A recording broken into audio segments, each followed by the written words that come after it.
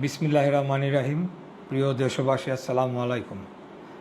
আমি আজকে আপনাদের সামনে কিছু তথ্য এবং কিছু অপব্যাখ্যার সুষ্ঠু ব্যাখ্যা তুলে ধরার জন্য এই ভিডিওটি করছি। আজকে 19শে মে 2025 ঢাকা মেইল নামে একটি পত্রিকায় এইভাবে একটি নিউজ এসেছে। ইশরাকের শপথে 10 বাধার কথা তুলে ধরলেন উপদেষ্টা আসিফ। আমি যদি আপনাকে একটু দেখাই, তো এখানে সম্পূর্ণ ভুল ব্যাখ্যা দিয়ে 10টি পয়েন্ট সো কল্ড হাজির করা হয়েছে, যেগুলোর আসলে সম্পূর্ণ আইনি বিচার বিশ্লেষণ না করে নির্বাচনী ট্রাইব্যুনাল অবশ্যই রায় দেয় নাই এবং নির্বাচন কমিশন গ্যাজেট প্রকাশ করে নাই। এই বিষয়ে আমি একটু বিস্তারিততে আসব যখন আমরা পয়েন্ট বাই পয়েন্ট এগুলোকে বিশ্লেষণ করব এবং একজন উপদেষ্টা যে মিথ্যার আশ্রয় নিচ্ছেন, চরম মিথ্যার আশ্রয়, শুধুমাত্র আমাকে আটকানোর জন্যে, সেই বিষয়টি জনগণের সামনে তুলে ধরব। তো এখানে বলা হচ্ছে, বিএনপি নেতা ইশরাক হোসেনকে ঢাকা দক্ষিণ সিটি কর্পোরেশনের মেয়রের দায়িত্ব বুঝিয়ে দেওয়ার পথে 10টি অন্তরায় রয়েছে বলে জানিয়েছেন স্থানীয় সরকার মন্ত্রণালয়ের উপদেষ্টা আসিফ মাহমুদ। সোমবার 19 মে দুপুরে নিজের ভেরিফাইড ফেসবুক আইডি থেকে এসব বাধার কথা তুলে ধরেন জুলাই আন্দোলনের সম্মুখ সারির এই যোদ্ধা। আচ্ছা, এখানে প্রথম যে পয়েন্টটি বলছেন যে 1 নম্বর, আরজি সংশোধন অবৈধ মর্মে হাইকোর্টের রায় ভায়োলেট করে নির্বাচন কমিশন ট্রাইব্যুনাল এই রায় প্রদান করেছে। অর্থাৎ এখানে বলা হচ্ছে যে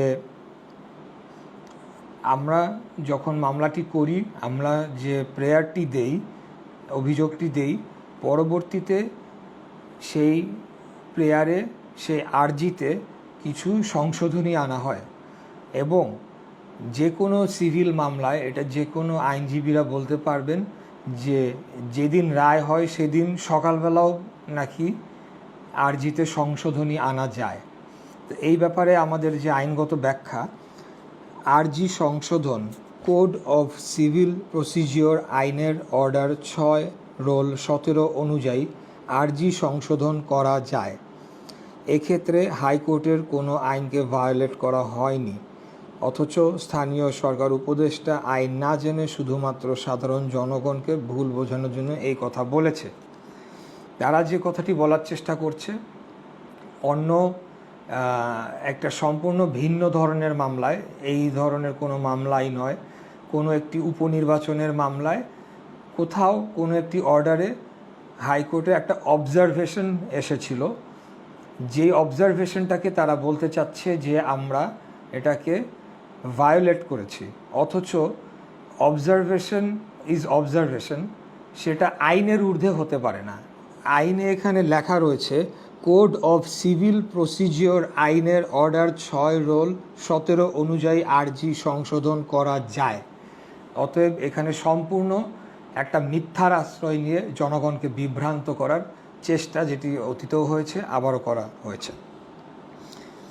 2 নম্বরে আসি আমরা। 2 নম্বরে বলছে, নির্বাচন কমিশন শুনানিতে অংশগ্রহণ না করায় একপাক্ষিক রায় হয়েছে এবং পরবর্তীতে কমিশন আপিলও করেনি। এই বিষয়ে আমরা যেটা বলবো যে উক্ত মামলাটি একতরফা রায় হয়নি। মামলার বিপক্ষে পলাতক মেয়র ফজলে নূর তাপস প্রতিদ্বন্দ্বিতা করেন, মামলার জবাব দাখিল করেন এবং দীর্ঘদিন হাইকোর্টে স্টে করে রাখেন, যাহা মোটেও একতরফা রায় নয়। নির্বাচন কমিশন যথাযথ আইন মেনেই এবং আইনি কোনো অসামঞ্জস্যতা না পাওয়ায় আইন অনুযায়ী গ্যাজেট প্রকাশ করে। এক্ষেত্রে আইনের কোনো ব্যত্যয় ঘটেনি।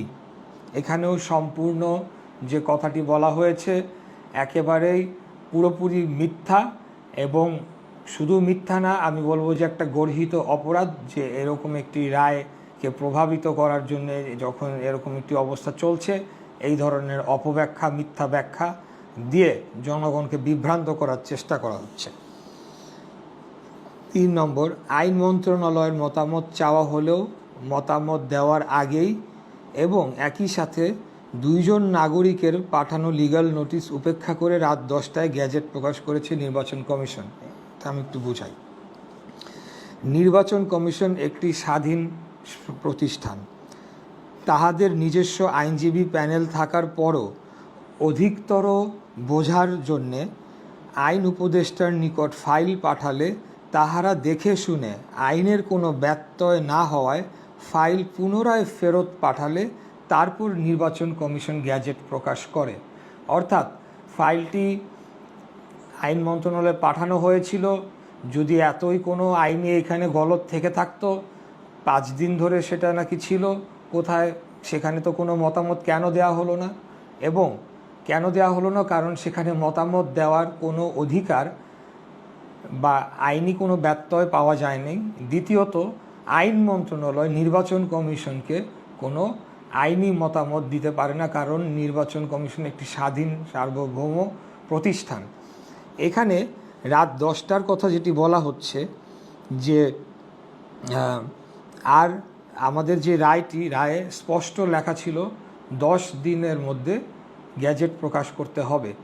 আর 2 ঘন্টা পার হলে, রাত 10টা থেকে 12টা হয়ে গেলে, সেটা তখন পরের দিন 10 দিন অতিক্রম করত এবং নির্বাচন কমিশনের এখানে কন্টেম্পট অফ কোর্টে পড়ার একটা আশঙ্কা ছিল বিধায় তারা দীর্ঘ সময় তাদের জন্য অপেক্ষা করে এবং পরবর্তীতে বিকালে যখন ফাইলটি পাঠানো হয়, যেটুকু আমি জানতে পেরেছি, যেখানে মতামত দেওয়ার আসলে কিছু ছিল না, তখন নির্বাচন কমিশন নিয়ম মেনে আদালতের নির্দেশ অনুযায়ী গ্যাজেট প্রকাশ করে।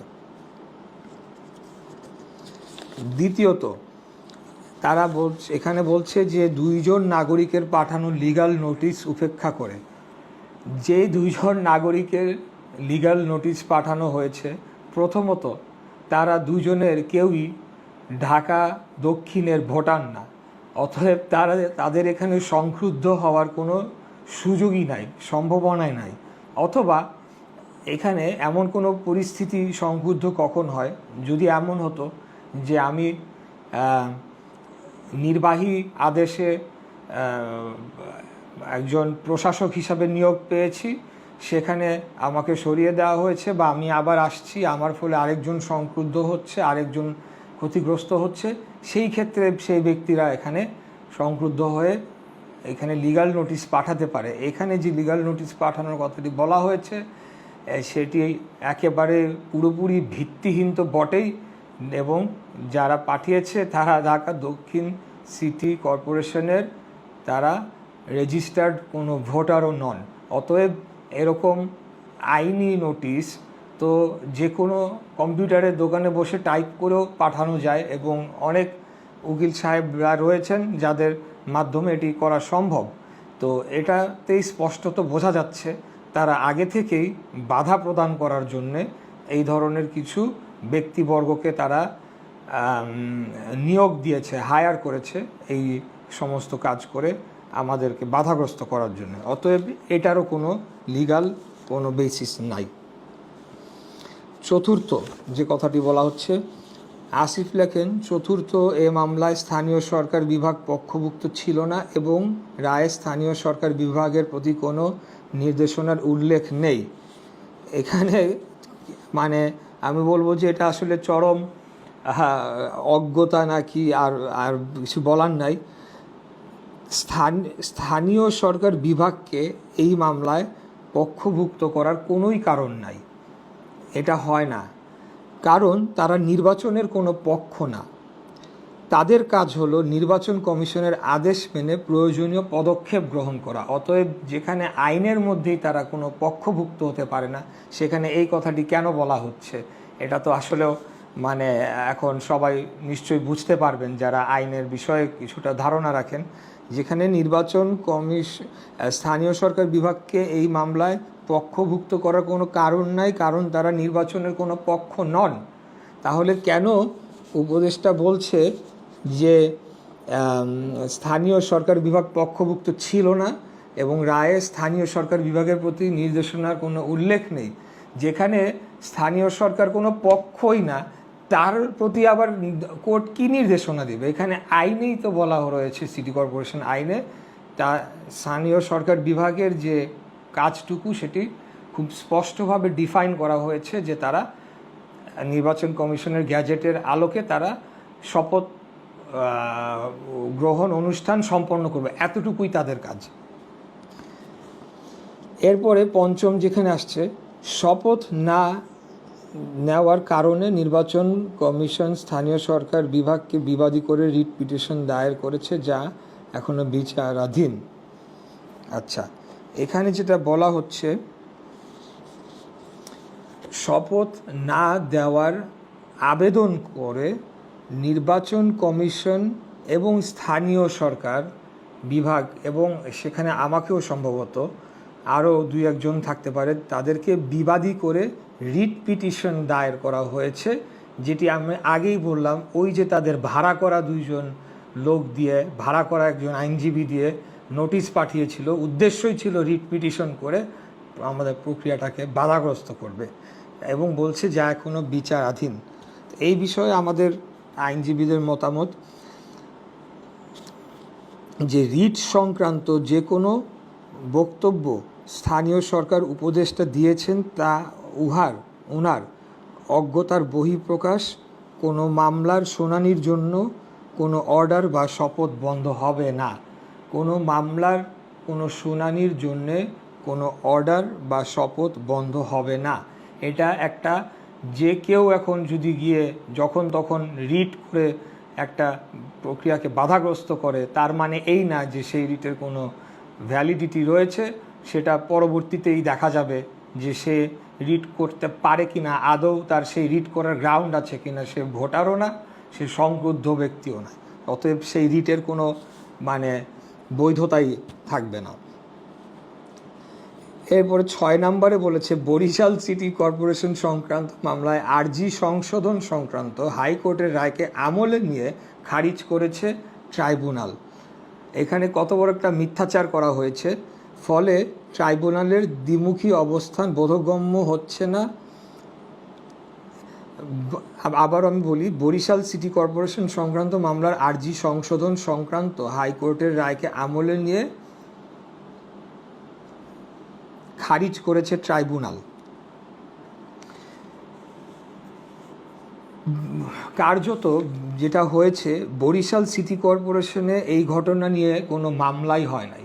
আমি শুরুর থেকেই বারে বারে বলে আসছি, আমরা যখন নির্বাচন করি, নির্বাচনের সময় একটা ট্রাইব্যুনাল করা হয় এবং সেখানে খুব স্পষ্টভাবে লেখা রয়েছে 30 দিনের ভিতর কোনো অভিযোগ থাকলে সেটি দায়ের করতে হয় সেই সংশ্লিষ্ট নির্বাচনী ট্রাইব্যুনালে।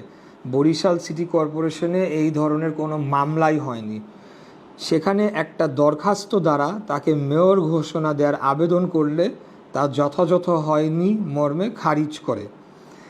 তো সেখানে যেহেতু সময়ের মধ্যে কোনো আবেদন মামলার করা হয় নাই, সেই গ্রাউন্ডে এই মামলাটি খারিজ করে এবং এটি সম্ভবত হাইকোর্টে যাবে এবং সেখানে পরবর্তীতে হাইকোর্ট সিদ্ধান্ত নেবে। তো এখানে কিভাবে মিথ্যাচার করা হলো যে আবারও তারা আরজিতে চলে যাচ্ছে, আরজি সংশোধন সংক্রান্ত হাইকোর্টের রায়, অথচ এখানে যেই কারণে বরিশাল সিটি কর্পোরেশনের নিম্ন আদালতে এটাকে গ্রহণ করা হয় নাই শুনানির জন্যে, তা হচ্ছে যে 30 দিনের মধ্যে যে দরখাস্ত করতে হয় সেটি করা হয় নাই এবং পরবর্তীতে একটি দরখাস্ত দ্বারা তাকে মেয়র ঘোষণা দেওয়ার আবেদন কেবল করা হয়েছিল।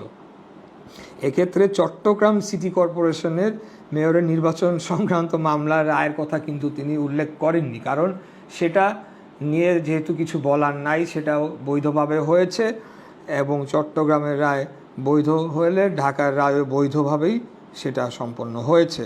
তো আপনারা দেখেন যে প্রত্যেকটা পদে পদে কীরকম মিথ্যার আশ্রয় নিচ্ছে, এটা আসলে আমি ভাষায় প্রকাশ করতে পারছি না যে কি কারণে এবং কার বুদ্ধিতে এই ধরনের কাজে সে লিপ্ত হয়েছে। সপ্তম, মেয়াদ সংক্রান্ত জটিলতা দেখা দিয়েছে, কতদিন মেয়র থাকবেন বা আদৌ মেয়াদ আছে কি না তা নিয়ে স্পষ্ট নয়। এখানে মেয়াদ সংক্রান্ত বিষয় যে বক্তব্য দিয়েছেন তা একেবারেই শিশুসুলভ বলতে হয়। আগে শপথ, তারপর মেয়াদ কতদিন থাকবে না থাকবে সেটার এখতিয়ার কেবলমাত্র নির্বাচন কমিশনের। আমি শপথ নেওয়ার পরে আমার মেয়াদ কতদিন থাকবে সেই বিষয়ে কোনো সিদ্ধান্ত দেওয়ার থাকলে সেটি নির্বাচন কমিশন দিতে পারে।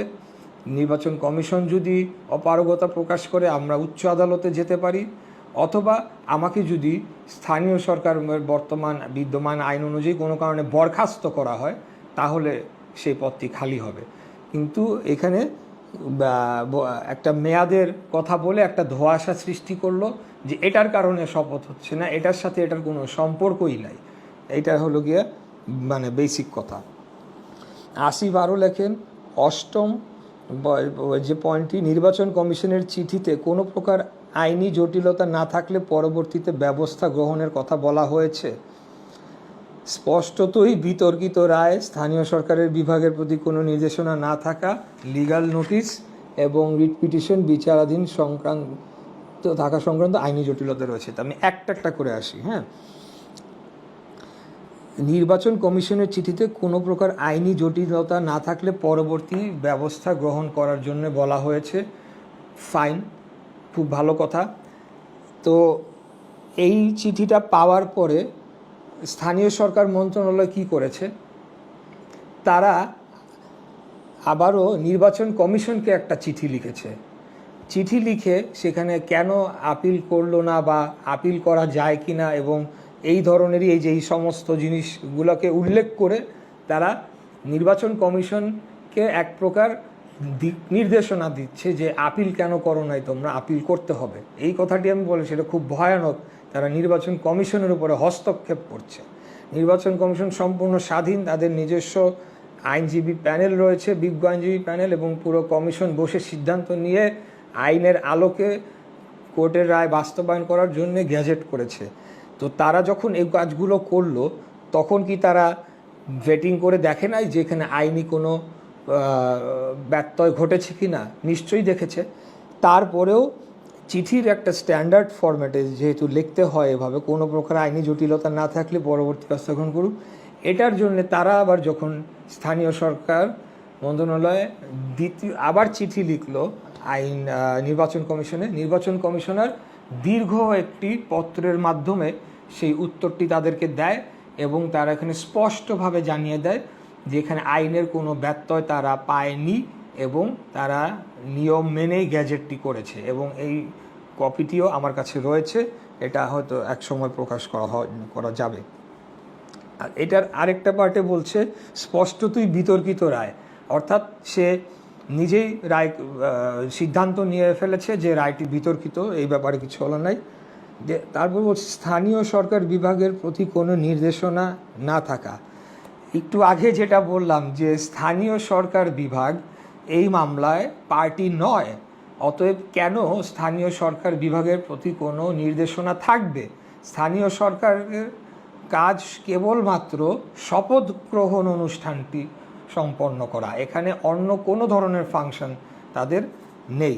অতএব তাদের প্রতি কোনো দিক নির্দেশনা নেই, কারণ they are not a party to this case, they cannot be a party to this case. আবার আসলো সেই লিগাল নোটিসে, কোন লিগাল নোটিসে, যেই লিগাল নোটিসের উপরে ভিত্তি করে তারা বলছে যে রিট করেছে। এখানে বলতে হয় যে লিগাল নোটিসটা আমরা কিভাবে আমরা পেয়েছি, সেটা কি আইনসম্মতভাবে আমরা রেজিস্টার্ড ডাকযোগে পেয়েছি কি না আমার সম্ভবত জানা নেই। একজন আমাকে হোয়াটসঅ্যাপে ফরওয়ার্ড করেছিল, সেটাই আমি প্রিন্ট করে পরে দেখেছি। পরবর্তীতে আমরা দেখতে পেলাম যে সে আইনজীবীকে পরিবর্তন করা হয়েছে এবং পরিবর্তন করে আরেকজনকে দিয়ে এখন রিটের এফিডেভিট করে রিটটি করার জন্যে কোর্টে আবেদন করেছে। কিন্তু আমার জানা মতে যদি আইনজীবী পরিবর্তন হয় তাহলে নতুন যে আইনজীবী আসবে তাকে আবারও লিগাল নোটিশ দিতে হবে এবং সেটা রেজিস্টার্ড ডাকের মাধ্যমে সেটা আমাদের হাতে পৌঁছাতে হবে, যেটা হয় নাই। রিট পিটিশন বিচারাধীন থাকা সংক্রান্ত আইনি জটিলতা রয়েছে। আবারও বললাম যে এখানে যারা রিটকারী তাদের রিট করার তো গ্রাউন্ড লাগবে, তাদের রিট করার কোনো গ্রাউন্ড নাই, তারা কোনো সংক্রুদ্ধ পার্টিও না। অতএব এই রিটটি কোনো টেকবে বলে আমাদের কাছে মনে হচ্ছে না। এটি শুধুমাত্র কালক্ষেপণ করার জন্য, সময় নষ্ট করার জন্য করা হয়েছে। নবম, এই জটিলতা নিরসনে আইন মন্ত্রণালয়ের মতামত চাওয়া হয়েছে। এই জটিলতা নিরসনে আইন মন্ত্রণালয়ের মতামত চাওয়া হয়েছে। এখানে স্পষ্টতই পুরো জটিলতাটা তৈরি করছে তাদের মাথার ভেতর থেকে। তারা কোনোভাবে মেনে নিতে পারছে না যে এখানে আমি মেয়র হয়ে বসি, যার কারণে নতুন নতুন জটিলতা তাদের মাথা থেকে বের হচ্ছে। এবং এখন সর্বশেষ যেটা বলছে, আইন মন্ত্রণালয়ের মতামত আবারও পাঠানো হয়েছে। তো একবার নির্বাচন কমিশন আইন মন্ত্রণালয়ের মতামত পাঠিয়ে তারা আবার সেটির কোনো তাদের এখতিয়ার অনুযায়ী কোনো মতামতের যেহেতু সুযোগ নাই, তারা গ্যাজেট করলো। তো আবার এলজিএডি আবার নির্বাচন কমিশনে লিখলো, তারাও বললো যে আইনের ব্যত্যয় ঘটনা। এখন তারা আবার আইন মন্ত্রণালয় লিখেছে। আর কোর্টের কথা তো বাদই দিলাম, যে কোর্ট কি তাহলে মানে পুরা বিষয়টা কি এমনি একদিন বসে রায়টা লিখে ফেলেছে? কোনো আইন কোনো কিছুই কি তারা এখানে অ্যাপ্লাই করে নাই? মানে কি ধরনের ন্যাক্কারজনক ঘটনা ঘটানো হচ্ছে এখানে এই আমার এই পুরো বিষয়টিকে নিয়ে, সেটি আসলে বুঝতে হলে খুব বেশি আমাদের আইনজ্ঞ হওয়ার দরকার নাই। এখানে জাস্ট কথার মার প্যাচে এই মন্ত্রণালয় থেকে ওই মন্ত্রণালয়, ওই মন্ত্রণালয় থেকে এই মন্ত্রণালয়, এইভাবে করে তারা কালক্ষেপণ করছে। দশম, আওয়ামী আমলের বৈধ নির্বাচনগুলোকে বৈধতা দেওয়ার প্রশ্ন প্রাসঙ্গিক হয়ে উঠেছে। রাজনৈতিক দলগুলো যদি স্বীকার করে আওয়ামী লীগ আমলের নির্বাচনগুলো বৈধ, তবে সরকারের জন্য এসব প্রশ্ন সম্মুখীন হবে না। এখানে খুব চতুরতার সাথে মানে রাজনৈতিক দলগুলোর উপরে চাপিয়ে দেওয়ার একটা অপপ্রয়াস চালানো হয়েছে। এখানে আমি খালি খুব শর্ট করে বলবো, আওয়ামী লীগের আমলের নির্বাচন নিয়ে এখানে আমার কথা বলার কিছু নাই, কারণ সেখানে বিভিন্ন সময়ে বিভিন্ন ধরনের বিভিন্ন পন্থায় নির্বাচন হয়েছে, সংসদ নির্বাচন, স্থানীয় সরকার নির্বাচন থেকে শুরু করে নানা কিছু। আমি শুধু আমার যে মামলাটি সেটির বিষয়ে বলবো। আমরা কোর্টে মেয়র হিসেবে তাপসের প্রজ্ঞাপনকে অবৈধ চেয়ে মামলা করেছি এবং সেই মামলায় আমরা ফাইট করে, অর্থাৎ লড়াই করে, মামলার সমস্ত প্রক্রিয়া, সাক্ষী, শুনানি সমস্ত কিছু সম্পন্ন করে আমরা জিতে এসেছি। আমরা ন্যায় বিচার পেয়েছি এবং এর মাধ্যমে যে তাপসের প্রজ্ঞাপনকে যে অবৈধ চাওয়া হয়েছিল সেটি এস্টাবলিশড হয়েছে এবং আমাকে বৈধভাবে মেয়র ঘোষণা দেওয়া হয়েছে। এখন এই ধরনের আমরা যদি আইনি বিষয় বা আরও নানা ধরনের বিচার বিশ্লেষণ মাসের পর মাসও করা যেতে পারে, বিষয়টা তা না। বিষয়টা এখানে সম্পূর্ণ রাজনৈতিক। আমি সেই দিকে এখনও যাব না, ওইটার বিষয় আমি জনগণকে পরে বলবো। তবে এই সরকারের ভেতরে এই উপদেষ্টা কয়েকজন যারা রয়েছেন, তারা তাদের নিরপেক্ষতা অবশ্যই হারিয়েছেন। তারা থাকাকালে কোনোদিনও বাংলাদেশে সুষ্ঠু, সঠিক, স্বাভাবিক, নিরপেক্ষ নির্বাচন হবে না। তাই অবিলম্বে তাদের পদত্যাগ করতে হবে, এইটার জোরালো দাবি আমরা জানাচ্ছি। এবং আমাদের সর্বজন শ্রদ্ধেয় অন্তর্বর্তীকালীন সরকারের প্রধান ডক্টর মোহাম্মদ ইউনূস সাহেব, উনি এই বিষয়গুলোকে নজরে আনবেন এবং এই সব উপদেষ্টাদেরকে বাদ দিয়ে সম্পূর্ণ নিরপেক্ষ উপদেষ্টা পরিষদ তৈরি করে জাতিকে একটি সুষ্ঠু, সঠিক নির্বাচন উপহার দেবেন, এই আশাই আমরা করছি এবং এটাই বাংলাদেশের জনগণের কাম্য। আর সর্বোপরি আমরা আইনি যে কথাটি বলেছি, পুরোপুরি আইনি লিগ্যাল ফ্রেমওয়ার্কের মধ্যে রয়েছে। কারণ এই লিগ্যাল ফ্রেমওয়ার্কের মধ্যে থাকা অবস্থায় তারা যদি কালক্ষেপণ করে, সময় নষ্ট করে কোনো কিছু এখানে বানচাল করার চেষ্টা করে, সেটার বিষয়েও কিন্তু আদালতের রেমেডি দেওয়ার বিষয় রয়েছে, সেখানে আমরা যাব। আর আমরা রাজনৈতিকভাবে এখানে বাংলাদেশের ঢাকার যারা ভোটাররা তারা আন্দোলন করছে, এই আন্দোলন আরও বেগবান হবে। আমরা রাজনৈতিকভাবে মোকাবেলা করব এবং অবশ্যই আমরা ইনশাল্লাহ শপথ নেব এবং সেটা আইনসিদ্ধভাবেই নেওয়া হবে, সম্পূর্ণ আইনি প্রক্রিয়া অনুসরণ করে। এখানে কোনো ধরনের অপশক্তি যদি আমাদেরকে বাধা দিতে আসে, তাহলে সেটা খুব বেশি সফলতার মুখ দেখবে না বলে আমরা বিশ্বাস করি।